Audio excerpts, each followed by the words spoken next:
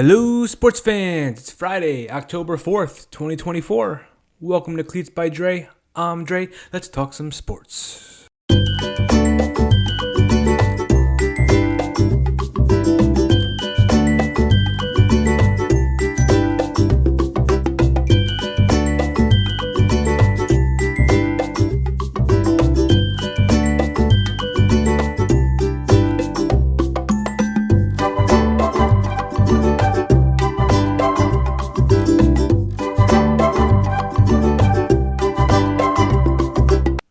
What does the word believe mean to you? No, really, what does it mean to you? Is it a word you just throw around when you think something? I believe. Is it a funny subplot for you in the Ted Lasso series? Oh, a coach puts a sign up in the locker room and a team of misfits wins the Premier League. Are you a Mets fan? And you've learned that you gotta believe is just one of those Mets slogans. We're always the underdog, so sure, let's say it. It's fun, it's our thing. Is it convenient to believe? And then when you don't think something is likely to happen, you jump to the other side because you want to be the first to say, nope, it's done. Nope, that's it. It's over. Season's over. Because you think someone will look back and be like, oh, this guy here said it was over first. Yeah, congrats to this guy. I learned less than I probably should have during my 4-year education that my parents worked hard as hell to put me through at Duke University. But one thing I learned from the coach of the basketball team there, you might know him, Coach K, that the team doesn't need you to cheer when they're up. They need you to cheer when they're down. They need you to believe when it doesn't look so good. They need you to spur them on. So keep that in mind, my fellow fans, my fellow content creators, when you're following the Mets. Keep believing. If there's ever been a team you don't quit on, it's this one. How many more ninth inning rallies do you need before you learn you don't stop believing? More on belief at the end of this episode. But wow, we are basking right now in Cleats land. The Mets, with a history-making 4-2 come-from-behind win over the Milwaukee Brewers. They score 4 in the top of the ninth versus all-world closer Devin Williams. The Mets win the series 2-1. They're moving on. The game capped by Pete Alonso's 3-run bomb. Pete, the first player in MLB history to hit a go-ahead home run while trailing in the ninth inning or later of a winner-take-all playoff game, per Opta Stats. Whoa, that's a stat. So here we go. Let me give you a glimpse into my game watching experience. We'll go chronologically through the whole game. I'll take you through what I was doing, where I was. I'll share with some extra stats to think about, and we'll end up with something meaningful. If you're not a Mets diehard, feel free to skip towards the end for the what this all means. If you're a Metso, buckle up. So leading up to this game today, Thursday, butterflies all day, right? I'm a nervous wreck. And there's something about playoff baseball that, like, every pitch, I think almost more than any play in other sports, every pitch could mean something towards one end or the other end. It's nauseating. And I think what adds to it, maybe it's the long baseball season, right? 162 games. You make the playoffs, so you feel like you got that stamp of the playoffs, and then, it used to be a one-game wild card. Now it's a best of 3, and it is fast in and out. You know, and with baseball too, there's a very little guarantee the better team always wins each series. It's the ultimate crapshoot. You see it in all the different teams that have won lately. There's actually some research I came across today that says, that really puts this in perspective. So the stat was that the NBA has an 80% rate of the better team advancing. That's in quotes, right? Because that's not always record, but someone's vision saying this is the better team advances. For the NFL to match that, they would need best of 11 series, right? And the NFL is one game, right? And so there are a lot of upsets in the NFL, but they would need best of 11 series to match the way the NBA in their best of 7 series gets to the better team advancing. But get this, for the NHL series to match that 80% rate in the NBA, it would be a best of 51. They'd have to play a best of 51 in the NHL to have certain confidence, 80%, the better team wins. Major League Baseball, playoff series would have to be a best of 75. 75 games between two teams in a series before you can confidently say, yeah, the better team's going to win 80% of the time. It's just wild differences. And you see with the NBA where a lot of times really the best team does win at the end. Now we could debate on a different episode as to whether that's more exciting for the playoffs or not, but just interesting. And that contributed to my butterflies all day. And some challenges while I'm trying to watch this game right. The start time. I thought this game was on at 8:40 Eastern time. I planned my whole day around it. You know, we're getting home. It's Rosh Hashanah, right? We're getting home. We're getting the kids ready for dinner. You know, I'm gonna play a little Mario Kart. I see a tweet at 7:05, 7:10. The game started. So ESPN, what you doing? You know, the broadcasts are boring. The in-game interviews, and you're moving the start time just day of, like. Just got to get it right, and it's just ridiculous. And honestly, in the middle of the game here, I gave up on the ESPN broadcast. I went to the Mets radio. I went to Howie Rose, and I was trying to watch it on TV and listen to the radio. Impossible to keep the whole thing in sync, because the radio, I think it adjusts in each. I was ahead, then I was behind in the TV, and I kept pausing it. It was a tough viewing experience, but, you know, what I had to do, too, is I had to get deeper in this game. This was a big game. So I decided to follow along in the box scores with Baseball Savant, a very reputable site for analytics. I wanted to see exit velocities. I wanted to see expected batting average on hits, things like that. So what I'm going to do, we're going to run through it. We're going to go through the whole game. This was an epic game, guys. Go through the whole game, and I wrote notes as I went on and gave different comments on it. So top of the first, we had a Lindor double to lead it off. Then Vientos struck out, Nimmo struck out, Alonso flied out. My notes in that is that Nimmo should have had that walk, right? It was a 3-0 count. We have this ump, Carraza, who already, earlier in the year, he's the one that gave Diaz a 10-game suspension for the sticky stuff. We're already skeptical. Low strike zone turned out to be just a wide strike zone, inconsistent throughout. But that Nimmo walk could have gave us some runs, like possible in the first, but we couldn't bring Lindor home. Bottom of the first, Jackson Chourio with a single, Blake Perkins strikeout, Contreras with the ground out, Adames with a pop out. The Chourio comes out with a rope, and he's, wow, what a player. After his 2 home runs in Game 2, he's the next guy. And kudos to the Brewers for knowing it with the $100 million extension before the year. Kudos to them for knowing it. He's going to be a problem for the league, but luckily not for us anymore. And just a good job after the leadoff guy of Quintana holding it together, and that becomes a theme. We go to the top of the second. The Mets go pretty quietly, right? Iglesias a line out, Winker a ground out, and Marte a line out. Bottom of the second, we have Gary Sanchez, his career being rejuvenated with a double down the line. And Quintana, good job to hold it together. Strikes out Rhys Hoskins, strikes out Sal Frelick, pops out Joey Ortiz. He is finding a way, Quintana. We go to the top of the third, still 0-0, right? Mets get a flyout from Taylor. A strikeout from Alvarez. Lindor stays hot with a single. And Vientos with a deep flyout.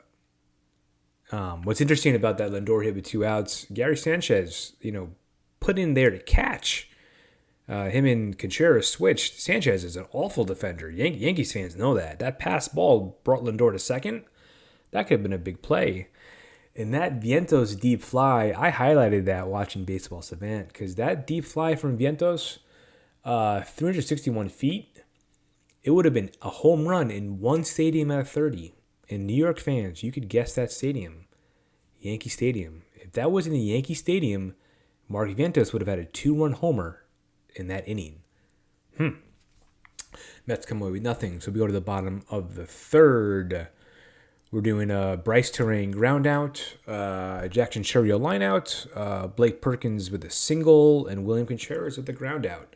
Now, I'm not doing it justice, right? Jose Iglesias at second with an incredible defensive stop on the Terang liner ground out. And this is where I like the stat expected batting average. Think of it as the chances that would be a hit if maybe the fielder was in a different position, based on how hard it was hit. Terang had a expected batting average of 600 on his liner ground out that Iglesias took. And I don't remember the Churio line out. That had an expected batting average of 700. So very easily, the stats are telling us the Brewers could have had first and second with Terang and Churio on base, a single by Perkins, probably scores both of them because they steal. The Brewers could have had 2 runs there. But look, Quintana and the Mets defense really stood up. Top of the fourth, we got a Nimmo fly out, an Alonso pop out, and Iglesias ground out. The Mets offense is struggling at this point. They're just not very dangerous. My notes, Pete's off, and he's not going to find it. I put in quotes. So maybe I'm not always believing too. And the strike zone is just struggling here. We go to the bottom of the fourth, and we have a single from Adames lead it off, and then a line out from Sanchez, ground out from Hoskins, ground out from Frelick. My quote here, Jose Quintana, rubber band man, wild like the Taliban. He was just hanging on. He was just holding it together. He was flexible. He was finding a way through it. I remember they barely got Frelick. Was that a ground ball? Yeah, expected batting average of 350 on that ground out by Frelick. I think that was Lindor, but he's a speedster. We're through 4, and it's 0-0. So we're going to go to the top of the fifth. And the Mets, Winker gets hit by a pitch. Strikeout by Marte, strikeout by Tyrone Taylor, and a pop out by Alvarez. And look, at this point, tip your hat to Tobias Myers. I never heard of this guy before today. How's he doing this to us? I saw a stat 2 years ago. He was 1-5 with a 7 ERA in AAA. He had 11 swing and misses today out of 66 pitches. That's like 17%. His swing and strike percentage was under 10% throughout the year. That's a big indicative stat of how good your stuff is, right? He was striking guys out, and they took him out, and we'll come back to that. But we go to the bottom of the fifth here. We have a ground out from Ortiz, a ground out from Terang, a walk by that dangerous man Churio, and a ground out from Perkins. And my notes here are just how good of a shortstop fielding is Francisco Lindor. Just consistent, solid. Note here on the strike zone, right? On Perkins, I think we stole a strike in the low strike zone. And I'll say one good thing ESPN did for baseball, and this point is probably decades back, they introduced the box. I feel like ESPN was the first ones that put the box. I think SNY, the Mets broadcast, they resisted it for a few years. We like seeing the strike zone box because we're ready for robot umps. We like to know ball or strike. Lindor with a couple good plays here. And look, Quintana won a tough battle with Blake Perkins in that at bat. We're through 5 and we're scoreless.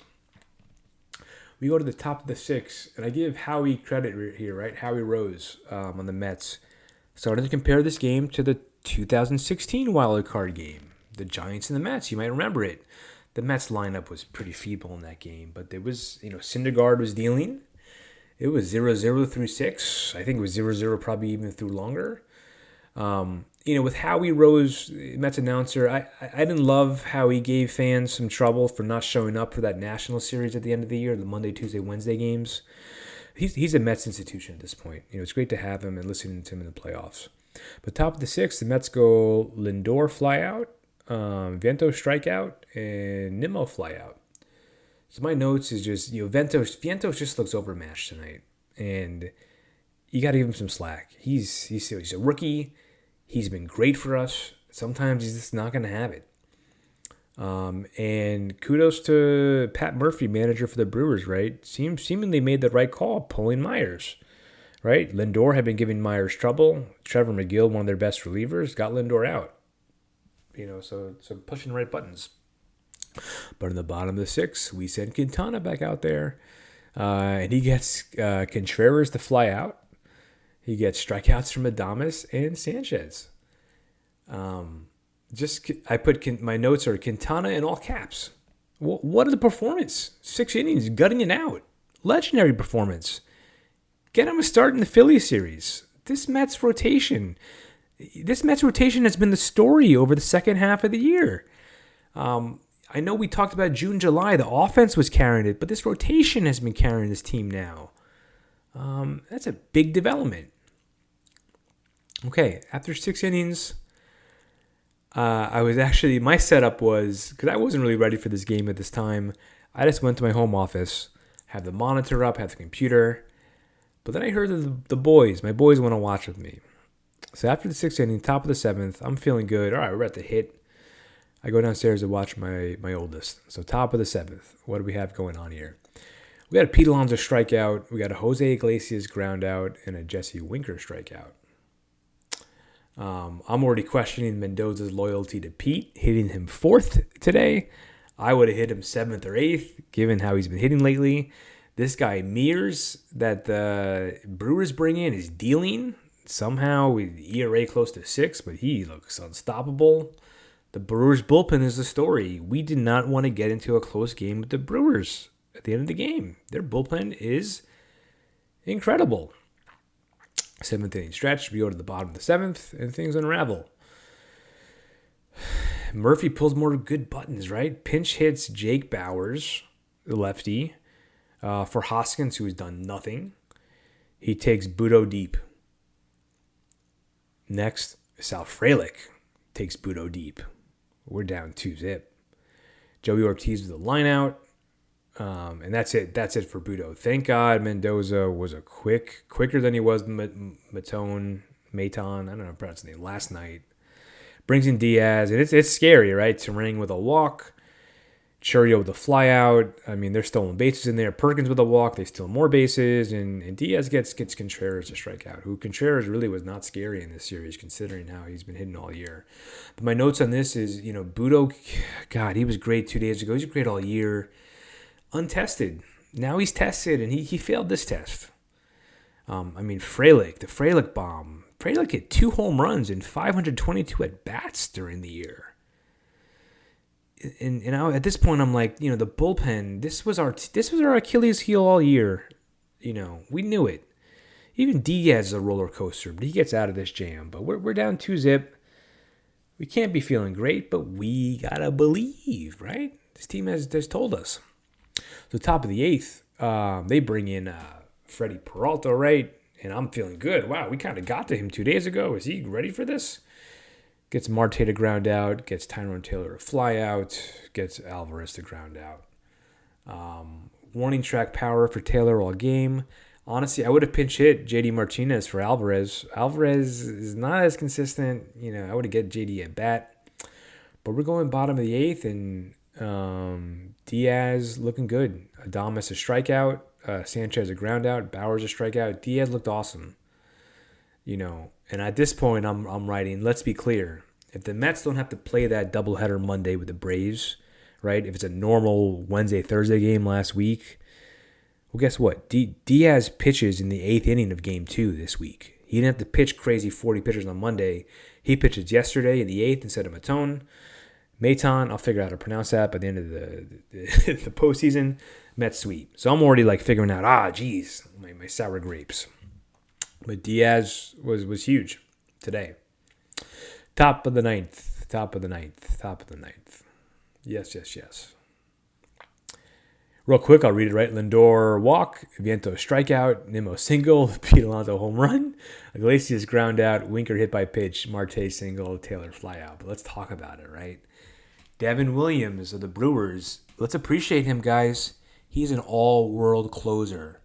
Since he debuted in 2019, it's really Emmanuel Clase of the Cleveland Guardians, number 1, and this guy, number 2 in terms of ERA. They're the top 2 closers since 2019. So what we did Let's put it in context. Lindor continues to be that clutch guy. Just gets on base. You're down 2, just get on base. Vientos has trouble, but Nimmo, clutch, finds a pitch, rocks it. He's been more aggressive. He's been clutch. And then Pete. Let's set this up for Pete. Pete Alonso with a career low OPS of 788 this year, with a career low home runs 34 this year in non-COVID years, career low in RBIs of 88, in a much publicized contract year. Could have been his last at bat as a Met.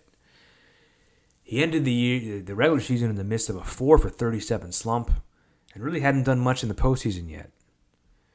He dropped a foul ball in the last inning and got laughed at by Brewers fans. Laughed at. The Mets also hadn't homered yet in this whole series. He takes a Williams changeup to right field, and he knew it was gone. At least in this ballpark. Because, by the way, folks, it would not have been a homer in 17 other Major League ballparks, including Citi Field. That wasn't a homer in Citi Field. And you know this Brewers outfield, they probably would have cashed it if there wasn't a fence. You saw Frelick back there. We'll take it, though. And Pete Alonso becomes the first player in MLB history to hit a go-ahead home run while trailing in the 9th inning or later of a winner-take-all playoff game. Now, an aside on this stat. This was such a big stat when ESPN flashed it, I immediately had to question it. So I fired up my trusty ChatGPT, prompted it, what's the biggest MLB postseason home runs in history to help jog my memory? And you guess it gave me Joe Carter, it gave me Kirk Gibson, Bill Mazeroski, Aaron Boone, David Ortiz, Reggie Jackson, Albert Pujols. Now all of those were either not in a winner-take-all game or when the home run hitting team wasn't losing. Maybe they were tied. Except one, though. Bobby Thompson's shot heard around the world in 1951. Those Giants were down 4-2 when Bobby hit the 3-run homer in a tiebreaker game. So it was winner take all, but I guess OptaStats or MLB or whatever, they're not considering that a playoff game. So just a side note, but still, what a crazy stat. In some ways, that's the biggest home run in MLB postseason history. I know the stakes wasn't the World Series, but in terms of like time a game, Pete Alonso. Just back to this home run, right? Think about all the times you as a fan have ever wanted a home run. You wanted to will it, and it doesn't happen. Look, home runs happen between 3 to 5% of at-bats. So hoping for a home run is literally like asking to hit your number in roulette, which I guess it happens sometimes. But probably worse than that, right? Because considering, you want these in the 9th inning and you're up against a closer. Think of it. When have you wanted a home run? My best example, 2006, NLCS Game 7. My dad and I were at the game. We had great seats, second level up, mezzanine. Oh, God. Remember Shea Stadium, mezzanine? Between home plate and third base. Bottom of the 9th. Mets are down 3-1. First and second on base. Cliff Floyd is up at first, right? And I have a perfect view. He's a lefty. I have a perfect view. I'm just willing to just hit one down the right field line. Just get into one. I think he walks. Then Carlos Beltran's up, and we know he strikes out against Wainwright. But I wanted to will those guys. I was there. I had a perfect sight line to follow the ball to right. Didn't happen. Tonight it happened. Tonight Pete made it happen. And look, these Mets, we've seen versions of willing home runs in the 9th inning. Fans just willing them twice in 1 week if you count Lindor's on Monday. 3 times in a month if you count Lindor's against the Blue Jays in September against Bowden Francis. What a time to be a Mets fan. All right, back to the game recap. After the home run, Winker gets hit again. What a character. He steals second with his bad back and all. And Starling Marte with another clutch single to right. He's just a good hitter against good pitchers. Winker with a helmet break. It's like we're in WWE here. The helmet's splattering everywhere. Love having this guy in the team. What a moment for him against, where he struggled last year. What an interesting part of the team he is. And it's 4-2 with a critical insurance run. Are you kidding me? So let's go to the bottom of the ninth, and Diaz doesn't have any more. So David Peterson's in who, crushed the Brewers on Sunday. Sal Frelick, the pest, right? He gets on with a single. Joey Ortiz strikes out, which that's an aside. I had Joey Ortiz in fantasy this year. He was hot. He's the guy they traded Kurt Corbin Burns for. He really tailed off the second half of the year. He did nothing against us. And then Bryce Terang could have been a thorn in the side. Lines it to short. I swear, Francisco Lindor, I think he could have caught it, and I think he knew just to get the one hop. Even with Terang's speed, he knew he had him for a double play. That's a Gold Glove shortstop. That's an MVP winning shortstop. He let it bounce on purpose. The Mets celebrate. Terang's, the expected batting average on Terang's ground out and double play was a 440. Jeez, that's incredible. Mets win. That's that. The team earned it. I'm speechless. Let me catch a breath before I put this all in perspective and what it means for me.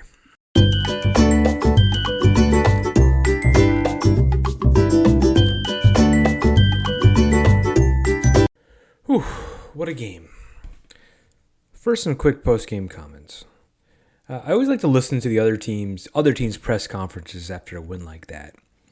And Pat Murphy, manager of the Brewers, for his credit, was gracious in defeat, though he was also incorrect. He said he wasn't surprised with the Mets surge in the ninth. Lindor, Nimmo, Alonso, they're all-stars. They're on long-term contracts. Great job to the Mets. Well, Pat, you're a little incorrect, right? If you had listened to episode 2 of Cleats by Dre, you'd realize that Lindor and Nimmo were not all-stars this year. Lindor has never been one as a Met, and Nimmo's just never been one. And Alonso certainly does not have a long-term contract. But hey, guy went through a lot. Murphy, we're fact-checking. On Milwaukee in general, though, I do hate doing this to them. They're brethren of a similar cloak.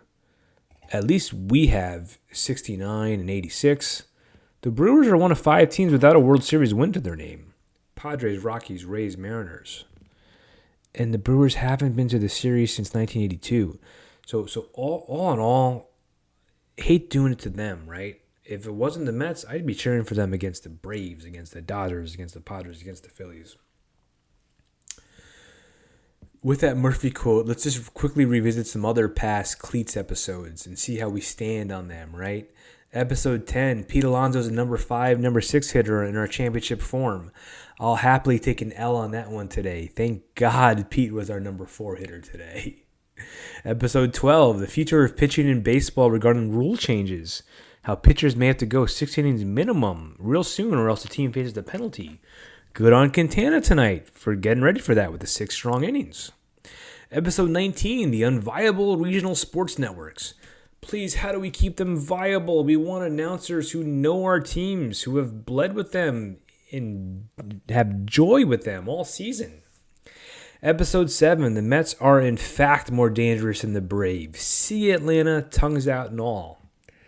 Episode 6, are the Mets more dangerous than the Yankees? We'll see. And ultimately, episode 3, the great New York championship drought we're in. Well, I called the New York Jets as the next New York champion. But they may not even get the chance with the Yanks and the Mets in the final 8. Okay, a word or two on belief. Let's go back to episode 1. My why for doing this podcast. My tagline is that I bring the hearts and smarts for the thinking and feeling fan. So here you go. I have an infatuation with following sports, partly because it teaches me so much about life. It inspires me. It inspires us. If you listened to my cousin Betty last episode, WNBA superfan, she echoed this sentiment. Look, I'm a married father with 2 kids who's unemployed. I was laid off by my employer of 12 years in April. It ain't been easy finding another job. They ain't just growing on trees in this market. Add a mortgage onto the situation, and sometimes I feel like it's not only 0-0 through 6 innings, but quickly down 2-0 in the bottom of the 7th. Why else would I think it wise to devote not just 3 hours per night keeping up with these Mets and starting a non-revenue generating podcast in my extra hours if I didn't get something from these games, win or lose. And holy cow, gang, if you want to find belief in this world, if you want to find something larger to grab onto, I can't think of a better place to find it than sports, but I bet I'm preaching to the choir.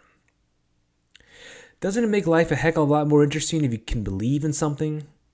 Like if you see your 7-year-old take interest in making rubber bracelets over the summer, and he's good at it, and you ask him kindly to make you an orange and blue one for the Mets and eventually the Knicks. And you see he wants to start a business making and selling the bracelets because he wants some money so he can buy a camera and start a YouTube show. It's another topic. So he sets up a table at the end of your driveway one day with a sign ready to sell some bracelets. And a nice neighbor comes to buy one, though really no one else comes around at all. So he gets discouraged. And you, still thinking you'd like your Mets-Knicks bracelet, which he forgot about, you throw $2 in the pot and place an official order which he accepts. A week goes by, though, and no bracelet yet. And the season's running out of time. Till finally he takes a hint, and he finishes off the blue and orange bracelet Sunday morning, September 29th. I haven't taken that bracelet off yet, guys. We also haven't lost an elimination game yet. And if the next 25 days go anything like the last 5, I may never take this thing off again. So for the Mets, so much more can be said about this team. Chemistry, camaraderie, will, and spirit. But for now, I'll just say a well-earned day off. Until Saturday in Philadelphia. The first ever postseason matchup with the Phillies and the Mets. Per ESPN stats and information, the 1,081 all-time meetings between the Mets and the Phils are the most between any two franchises without a playoff matchup since 1962. For the Mets, there's still 3 more series to go.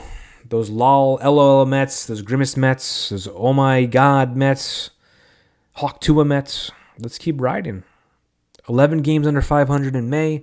Now on to the NLDS as one of the 8 last teams in baseball. And that comparable team we talked about on that episode 7, we picked the 2019 World Series champion Nats, who were also 11 games under 500. You look at their path, they got into the playoffs as a wild card. And in their wild card deciding game, they overcame a 2-run deficit in their last time at bat versus, you guessed it, the Milwaukee Brewers. Upward and onward, keep believing, everybody. Thanks for listening. If you like this episode, please share it with anyone in your life who you think could use a pick-me-up, who could use some help believing. Have them skip over the deep game recap. Just be good to other people. All right, take care. Let's go Mets.